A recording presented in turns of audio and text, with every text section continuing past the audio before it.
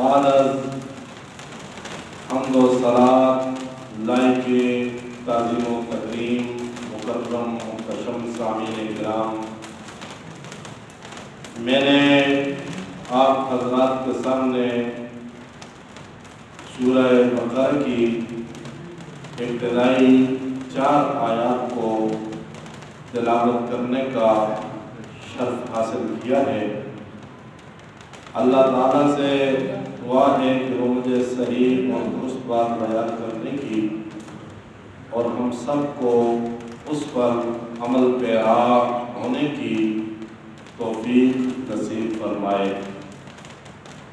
سورہ بقرہ یہ مدنی سورت ہے۔ مدنی صورتیں ان سورتوں کو کہا جاتا ہے جن کا نزول حضور کے ہجرت فرما لینے کے بعد ہوا، جو حضور کے ہجرت کرنے کے بعد صورتیں نازل ہوئیں وہ صورتیں مدنی کہلاتی ہیں، اور جو ہجرت سے پہلے صورتیں نازل ہوئیں ان صورتوں کو مکی صورتیں کہا جاتا ہے۔ تو سورہ بقرہ یہ مدنی صورت ہے، یعنی اس کا مطلب یہ ہوا کہ حضور کے ہجرت فرما لینے کے بعد یہ صورت نازل ہوئی۔ اس صورت کو سورۃ بقرہ اس لیے کہا جاتا ہے کہ اس کے پہلے پارے میں لفظ بقرہ، ایک بقرہ کا لفظ آتا ہے، اس کی وجہ سے ساری سورت کو سورۃ بقرہ کہا جاتا ہے۔ سورۃ بقرہ کا آغاز اللہ تعالیٰ نے ان کلمات کے ساتھ کیا، الف لام میم۔ یہ حروف مقطعات ہیں جو مختلف صورتوں کے شروع میں آئے ہیں۔ ان سے کیا مراد ہے اس بارے میں علماء کی مختلف آراء ہیں۔ بعض علماء نے کہا کہ یہ انہی صورتوں کے نام ہیں جن کے شروع میں یہ حروف آئے ہیں۔ بعض علماء نے کہا کہ اللہ کے نام ہیں، اور علماء کی رائے یہ بھی ہے کہ یہ اللہ اور اس کے رسول کے مابین راز ہے جس کو یا خدا جانتا ہے یا پھر رب کائنات کی عطا سے، اس کے سکھانے سے محمد مصطفیٰ سرور کونین صلی اللہ تعالیٰ علیہ وآلہ وسلم ہی جانتے ہیں، اور کسی کو اس کا علم نہیں ہے۔ یہ قول راجح ہے کہ یہ اللہ اور اس کے رسول کے درمیان ایک راز ہے۔ اس کی علماء نے مختلف تشریحات بھی کی ہیں۔ بعض علماء نے کہا الف سے مراد اللہ ہے، لام سے مراد جبریل ہے، اور میم سے مراد محمد مصطفیٰ صلی اللہ تعالیٰ علیہ وآلہ وسلم ہیں۔ یعنی مراد یہ ہوئی کہ یہ وہ کلام ہے جو اللہ نے جبریل کے واسطے سے محمد عربی سید کونین پہ نازل فرمائی ہے۔ بہرحال یہ ان علماء کا ایک اندازہ ہے، کوئی قطعی بات نہیں ہے۔ اس کا مطلب اور مدعا یا رب جانتا ہے یا پھر رب کی عطا سے محمد مصطفیٰ سید کونین صلی اللہ تعالیٰ علیہ وآلہ وسلم جانتے ہیں۔ تو یہ حروف مقطعات ہیں، الف لام میم۔ ایک حدیث میں یہ ہے کہ سید کونین صلی اللہ تعالیٰ علیہ وآلہ وسلم نے ارشاد فرمایا کہ جو قرآن مجید کے ایک حرف کی تلاوت کرتا ہے اللہ تعالیٰ اسے 10 نیکیاں عطا فرماتا ہے۔ اور اس موقع پر حضور سید عالم صلی اللہ تعالیٰ علیہ وسلم نے فرمایا کہ میں تم سے یہ نہیں کہتا کہ الف لام میم ایک حرف ہے، بلکہ حضور نے فرمایا الف الگ سے حرف ہے، لام الگ سے حرف ہے، اور میم الگ سے حرف ہے۔ یعنی الف لام میم کی ہی اگر تلاوت کی جائے تو اللہ تعالیٰ اس پر 30 نیکیاں عطا فرماتا ہے۔ یہ قرآن مجید سورہ بقرہ کی پہلی آیت تھی، الف لام میم، اس کا ترجمہ یہی کریں گے الف لام میم۔ اس کے بعد دوسری آیت ہے ذالک الکتاب لا ریب فیہ ھدی للمتقین۔ ذالک الکتاب، یہ وہ کتاب ہے کہ لا ریب فیہ، جس میں کوئی شک و شبہ نہیں ہے، لا ریب فیہ ھدی للمتقین، اور یہ متقین کے لیے ہدایت ہے۔ ذالک الکتاب، یہ کتاب ہے، لیکن ذالکہ یہ بعید کا اس میں اشارہ ہے جو دور کے لیے استعمال ہوتا ہے، تو مطلب یہ کہ یہ کتاب ویسے تو ہمارے نزدیک ہے، لیکن اس کا مقام اور مرتبہ اتنا بلند ہے کہ وہ بہت دور ہے مرتبے کے اعتبار سے، تو اس میں اشارہ بعید کا استعمال کیا اور فرمایا کہ ذالک الکتاب، یہ وہ مرتبے والی کتاب ہے، لا ریب فیہ،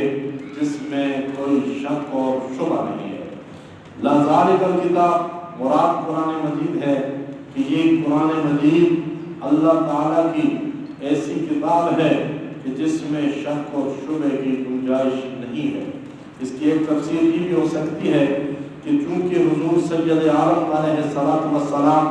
اور حضور پر نازل ہونے والی کتاب کا، قرآن مجید کا ذکر اس سابقہ نبیوں میں بھی تھا، پہلے نبیوں میں حضور کا ذکر موجود تھا، حضور کا ذکر ہوتا رہتا تھا، حضرت آدم حضور کا ذکر کرتے تھے، حضرت نوح حضور کا ذکر کرتے تھے، حضرت ابراہیم خلیل اللہ حضور سید عالم سرور کونین کا ذکر خیر کرتے تھے، جناب یوسف و یعقوب علیہ السلام وہ حضور سید کونین کا ذکر کرتے تھے، اور حضور پہ نازل ہونے والی کتاب کا ذکر تھا، حضور کا ذکر تھا۔ اسی لیے حضور جب دنیا میں تشریف لائے تو قرآن نے یہود کے بارے میں کہا کہ یعرفونہ کما یعرفون ابناءہم، کہ وہ حضور کو ایسے جانتے ہیں جیسے اپنے بیٹوں کو جانتے ہیں۔ تو سید عالم شہنشاہ عرب و عجم کا ذکر خیر حضور کے زمانے سے پہلے بھی موجود تھا، اور حضور پہ نازل ہونے والی کتاب کا ذکر پہلے سے موجود تھا، حضور کی امت کا ذکر پہلی امتوں میں ہوتا رہتا تھا۔ تو اب اس بنیاد پہ ترجمہ یہ ہوا کہ ذالک الکتاب، یہ وہی کتاب ہے، الف لام مہد خارجی ہوگا، یعنی مراد یہ ہے کہ یہ وہی کتاب ہے، یعنی اس کی مزید وضاحت یہ ہے کہ وہ کتاب جس کا ذکر ابراہیم کرتے تھے، وہ کتاب جس کا ذکر آدم کرتے تھے، وہ کتاب جس کا ذکر نوح کرتے تھے اور دیگر انبیاء علیہ السلام کرتے تھے، ذالک الکتاب، یہ وہی کتاب ہے، لا ریب فیہ، اور اس بات میں کوئی شک نہیں ہے۔ قرآن مجید رب کائنات کی آخری کتاب ہے جو اللہ تعالیٰ نے اپنے آخری نبی پہ نازل فرمائی ہے۔ حضور سید کونین سے پہلے مختلف انبیاء آئے، وہ نبی کسی خاص علاقے کے لیے نبی ہوتے تھے، وہ رسول کسی خاص علاقے کے لیے رسول بن کے آتے تھے۔ حضرت موسیٰ علیہ السلام وہ خاص علاقے کے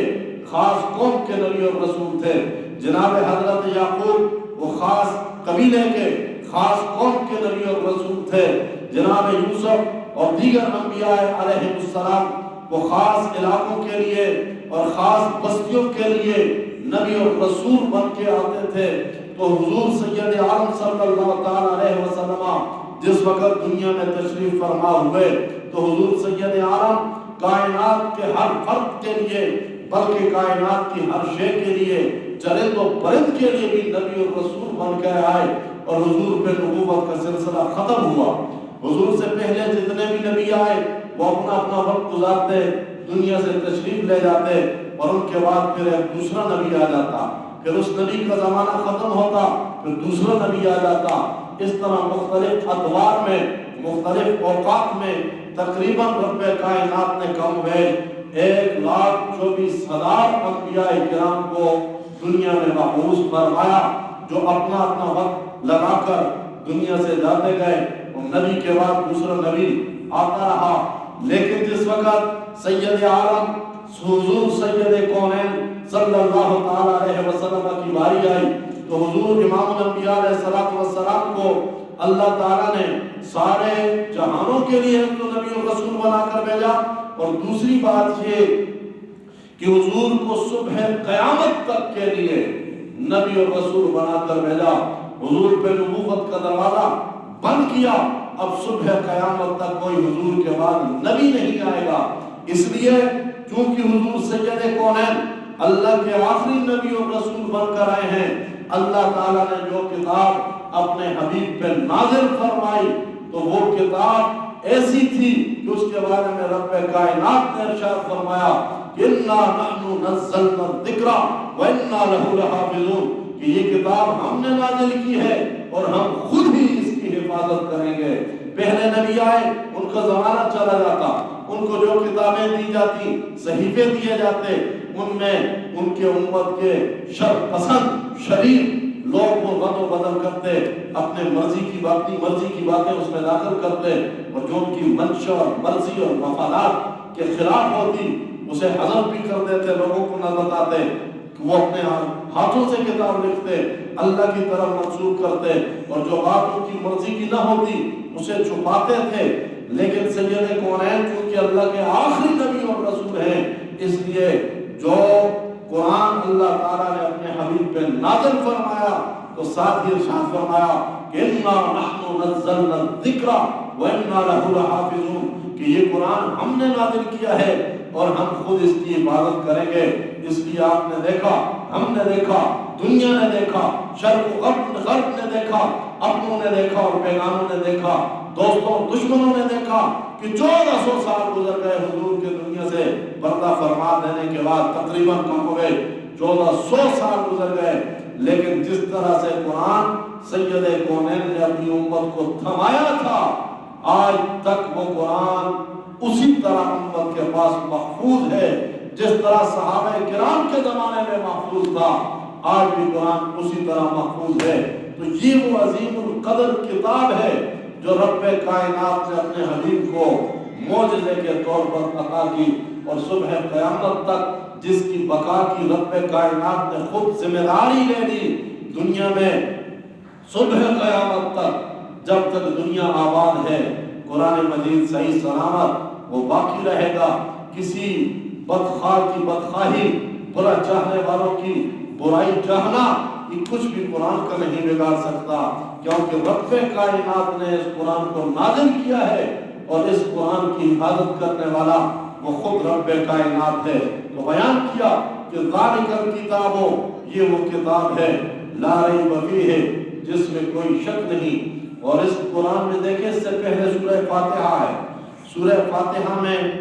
وہ سورہ فاتحہ جو ہر نماز میں پڑھی جاتی ہے اور دہرائی جاتی ہے، اور اس سورۃ فاتحہ میں ہم پڑھتے ہیں اہدنا الصراط المستقیم، یا اللہ ہمیں صراط مستقیم پہ چلا، ہمیں صراط مستقیم پہ استقامت عطا کر، ہر نماز میں۔ اور بھی بہت صورتیں قرآن کی، لیکن اللہ تعالیٰ نے جب یہ خاص اہتمام کیا ہے کہ ہر نماز میں سورۃ فاتحہ ضرور پڑھی جاتی ہے، ہر نماز میں، لا صلاۃ الا بفاتحۃ الکتاب، حضور نے فرمایا کہ فاتحۃ الکتاب یعنی سورۃ فاتحہ الحمدللہ رب العالمین، اس سورت کے بغیر نماز مکمل نہیں ہوتی۔ تو ہر سورت بہت مرتبے والی ہے، لیکن سورۃ فاتحہ میں کوئی خاص بات ضرور ہے کہ رب کائنات نے ہر نماز کے اندر سورۃ فاتحہ کو رکھا ہے، کہ سورۃ فاتحہ کے بغیر نماز نہیں ہوتی۔ تو سورۃ فاتحہ میں ہم نے رب کائنات سے مانگا تھا اہدنا الصراط المستقیم، یا اللہ ہمیں صراط مستقیم کی طرف ہدایت کر، ہماری رہنمائی کر، صراط مستقیم کی طرف ہمیں ہدایت نصیب کر۔ اب اس دعا کا جواب آ گیا کہ ذالک الکتاب لا ریب فیہ، یہ کتاب ہے جس میں کوئی شک نہیں، ھدی للمتقین، یہ پرہیزگاروں کے لیے ہدایت ہے، جو پرہیزگار ہیں ان کے لیے ہدایت ہے۔ معلوم یہ ہوا یہ کتاب سراپا ہدایت تو ہے، لیکن ان لوگوں کے لیے جو متقی ہیں، جو اس سے فائدہ حاصل کر سکتے ہیں، یہ وہی لوگ ہیں جو متقی ہیں۔ جو متقی نہیں ہے وہ اس سے فائدہ حاصل نہیں کر سکتا۔ ویسے ہدایت تو سارے لوگوں کے لیے بن کے آئی ہے، کہ ہدی للناس، یہ کتاب سارے لوگوں کے لیے ہدایت ہے، لیکن اس ہدایت سے فائدہ حاصل کون کرے گا اور اس سے کسے مکمل طور پر فائدہ حاصل ہوگا؟ تو فرمایا کہ ہدی للمتقین، یہ متقی لوگوں کے لیے، جو متقین ہیں، پرہیزگار ہیں، ان کے لیے یہ کتاب ہدایت بن کر آئی ہے۔ متقی تقوی سے بنا ہے، جس کا معنی ہے، ایک معنی یہ ہے کہ جن کے دلوں میں خدا کا خوف ہو، یہ کتاب ان کے لیے ہدایت ہے۔ جن کے دلوں میں خدا، تقوی کا معنی خوف بھی ہوتا ہے، کہ جن کے دلوں میں خدا کا خوف ہوگا، یہ کتاب ان کے لیے ہدایت کا سبب بنے گی۔ جس کے دل میں خدا کا خوف نہیں ہے تو قرآن جیسی عظیم کتاب سے بھی وہ ہدایت حاصل نہیں کر سکتا۔ اور تقوی کا معنی ہے پرہیزگاری، جس میں پرہیزگاری ہوگی یہ کتاب اس کے لیے ہدایت ہے، وہ اس سے ہدایت حاصل کر سکتا ہے، اور جس کے دل میں پرہیزگاری نہیں ہے وہ اس کتاب سے ہدایت حاصل نہیں کر سکتا۔ تو ہدی للمتقین، یہ کتاب پرہیزگاروں کے لیے ہدایت ہے۔ ان پرہیزگاروں کی، متقین کی کچھ صفات پر رب کائنات نے بیان کی۔ فرمایا نا کہ کتاب یہ والی قرآن مجید متقین کے لیے، پرہیزگاروں کے لیے ہدایت ہے۔ وہ پرہیزگار ہوتے کون ہیں؟ پھر قرآن نے خود ان کی وضاحت کی۔ فرمایا الذین یؤمنون بالغیب، پہلی بات متقیوں کی یہ ہے کہ وہ بن دیکھے ایمان رکھتے ہیں۔ اللہ کو ہم نے دیکھا نہیں، لیکن اس پر ہم ایمان رکھتے ہیں۔ اس کا یہ مطلب نہیں کہ اس کے وجود پر کوئی اثرات بھی نہیں ہو، دلائل بھی نہیں۔ اللہ تعالیٰ کو ہم نے دیکھا نہیں، لیکن بہت ساری چیزیں ایسی ہیں دنیا میں جسے ہم نے دیکھا نہیں ہوتا، لیکن اس کو ہم مان رہے ہوتے ہیں۔ مثال کے طور پر آپ ایک ریگستان میں جا رہے تھے، بہت بڑا ریگستان تھا، چلتے چلتے آپ نے راستے میں دیکھا کہ کسی کے پاؤں کی نشانات لگے ہوئے ہیں۔ اس سے آپ کو معلوم ہوا کہ یہاں سے کوئی گزرا ہے۔ اور آگے چلتے گئے تو آپ نے دیکھا کہ وہ نشانات دور تک باقی ہیں۔ اس سے آپ نے یہ بھی نتیجہ نکال لیا کہ ریگستان میں ہے، ہوا چلتی رہتی ہے، اور زیادہ وقفہ گزر جائے تو ریت ادھر ادھر اڑ کر ان پاؤں کے نشانات کو ختم کر دیتی ہے، لیکن یہ نشانات دور تک باقی ہیں۔ اس کا مطلب یہ ہے کہ یہ گزرنے والا ابھی گزرا ہے۔ تو آپ نے جانے والے کو دیکھا نہیں ہے، لیکن آپ نے اس دلیل کی بنیاد پر کہ پاؤں کے نشانات ہیں، نشانات کو دیکھ کر یہ نتیجہ نکال لیا کہ ابھی کوئی یہاں سے گزرا ہے۔ اسی طرح کائنات میں ہم دیکھتے ہیں کہ رب کائنات ہمیں نظر نہیں آ رہا، لیکن اس کے اثرات، اس کی علامات اتنی زیادہ ہیں کہ جسے دیکھ کر معلوم یہ ہوتا ہے کہ ضرور کوئی اس کائنات کو پیدا کرنے والا ہے۔ آپ انسان پر ہی غور کر لیں، یہ انسان کی اس کی حقیقت پہ غور کر لیں، یہ بنا کس سے ہے؟ تو اس پانی کے قطرے سے اتنی حسین اور جمیل صورت کو پیدا کرنا، یہ اس رب کائنات کے ہونے پہ دلیل ہے۔ اور اس کے اندر پھر شعور پیدا کر دینا، عقل، چھوٹے بڑے کو پہچاننا، ماں باپ کو پہچاننا، اور عقل کی بنیاد پر ایسے ایسے علوم دریافت کرنا کہ انسان حیران ہو جاتا ہے کہ اس انسان کی حقیقت کو دیکھیں، اور اس کے اندر جو اللہ نے شعور و حکمت و عقل و دانش رکھی ہے اس کو دیکھیں تو رب کائنات کو ماننا پڑتا ہے۔ تو پاؤں کے نشانات دیکھ کر ہم نے چلنے والے کو مان لیا تھا کہ یہاں سے کوئی گزر کر گیا ہے، تو کائنات کے بے شمار نشانات دیکھ کر روز روشن کی طرح واضح ہو جاتا ہے کہ اس کائنات کو بنانے والا بھی کوئی موجود ہے۔ انسان کو دیکھ لیں، اس کے اندر شعور اور اس کی زبان، اسی زبان، اسی گلے سے آواز نکلتی ہے تو اس سے ہم مطلب سمجھ جاتے ہیں، اگلے کے دل میں جو بات ہے زبان کے ذریعے سے وہ سمجھ جاتے ہیں، اور اس کا جو مقصود ہوتا ہے اسے سمجھ جاتے ہیں، تو یہ کمال پیدا کرنے والی ذات وہ رب کائنات کی ذات ہے جس نے اس پوری کائنات کو سجایا ہے۔ حضرت امام اعظم ابو حنیفہ رحمۃ اللہ تعالی علیہ،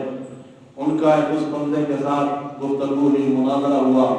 جو کہتا تھا کہ یہ کائنات خود بخود بن چکی ہے، اس کو بنانے والا کوئی نہیں ہے۔ امام اعظم ابو حنیفہ اس جگہ پر جہاں پر مناظرہ ہونا تھا ذرا دیر سے آئے، تاخیر سے آئے، اور تاخیر سے جب آنے کی، دیر سے آنے کی وجہ پوچھی تو امام اعظم ابو حنیفہ نے فرمایا کہ میں راستے میں آ رہا تھا، راستے میں دریا پڑتا تھا، دریا سے مجھے پار ہونا تھا،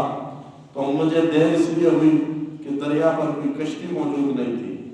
لیکن تھوڑی دیر کے بعد یوں ہوا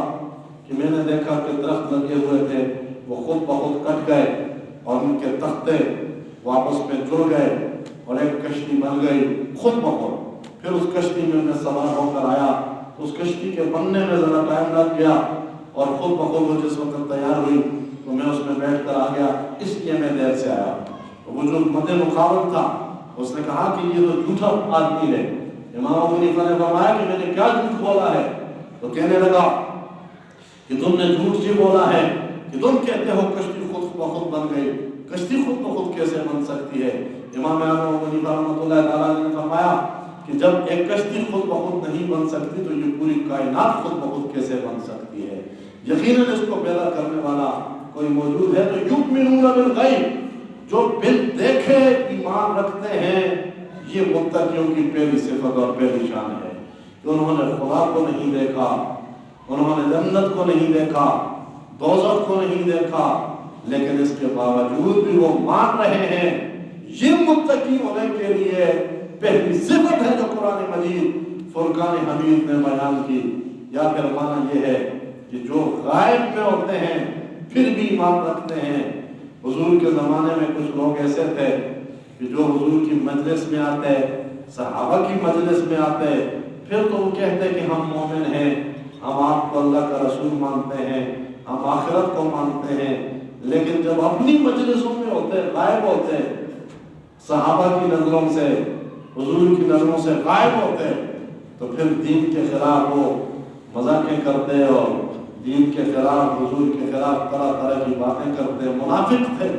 منافقوں کا یہی کام تھا کہ حضور کے پاس آتے، نمازیں بھی پڑھتے، اور پھر جب آپس میں ایک دوسرے سے ملتے تو پھر دین کے خلاف باتیں کرتے تھے۔ تو قرآن نے کہا یؤمنون بالغیب، متقی وہ ہیں جو غائب ہوں، آپ کے سامنے نہ ہوں، پھر بھی ایمان رکھتے ہیں۔ تو یا تو یہ معنی ہے کہ یؤمنون بالغیب، متقی وہ ہیں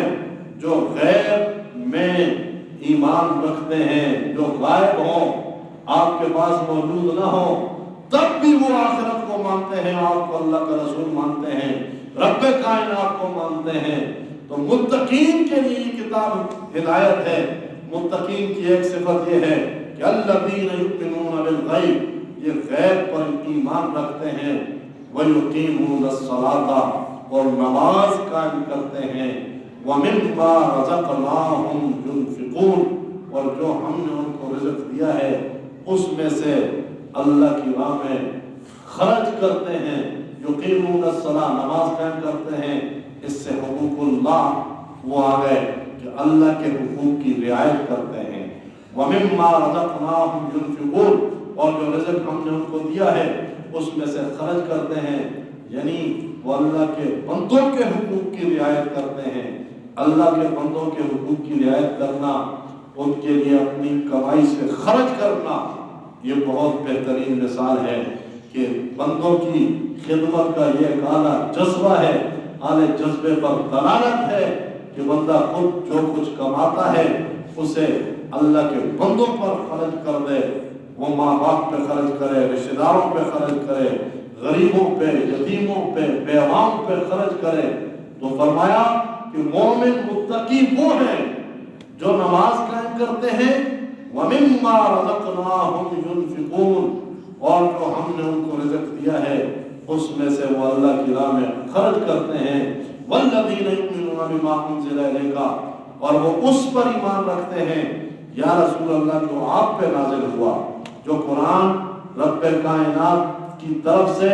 حضور سید عالم پہ نازل ہوا اس پہ ایمان رکھتے ہیں اور ان کتابوں پہ ایمان رکھتے ہیں وما انزل من قبل،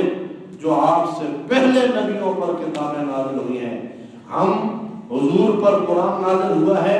اس کو بھی اللہ کی کلام مانتے ہیں، برحق مانتے ہیں، اور حضور سے پہلے نبیوں پر جو کلام نازل ہوا ہے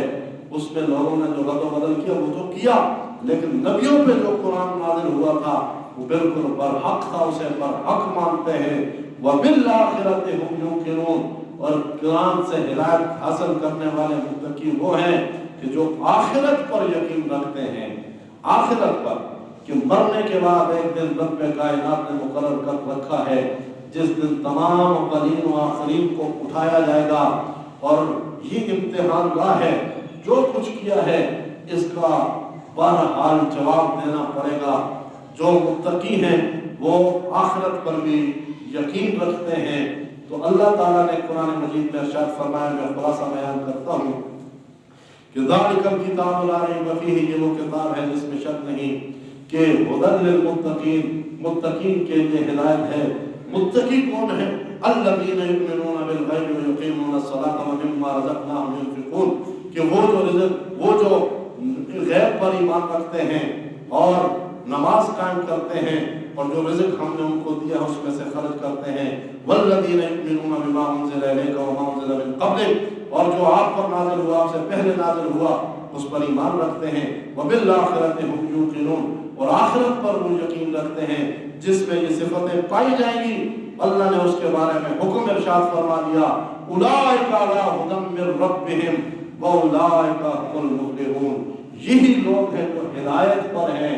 اور یہی لوگ ہیں جو آخرت میں کامیاب ہونے والے ہیں۔ رب کائنات سے دعا ہے کہ وہ ہمیں آخرت کی کامیابی اور کامرانی نصیب فرمائے، ہماری کمزوریوں کو معاف فرمائے۔ وآخر دعوانا ان الحمد للہ رب العالمین۔ سنت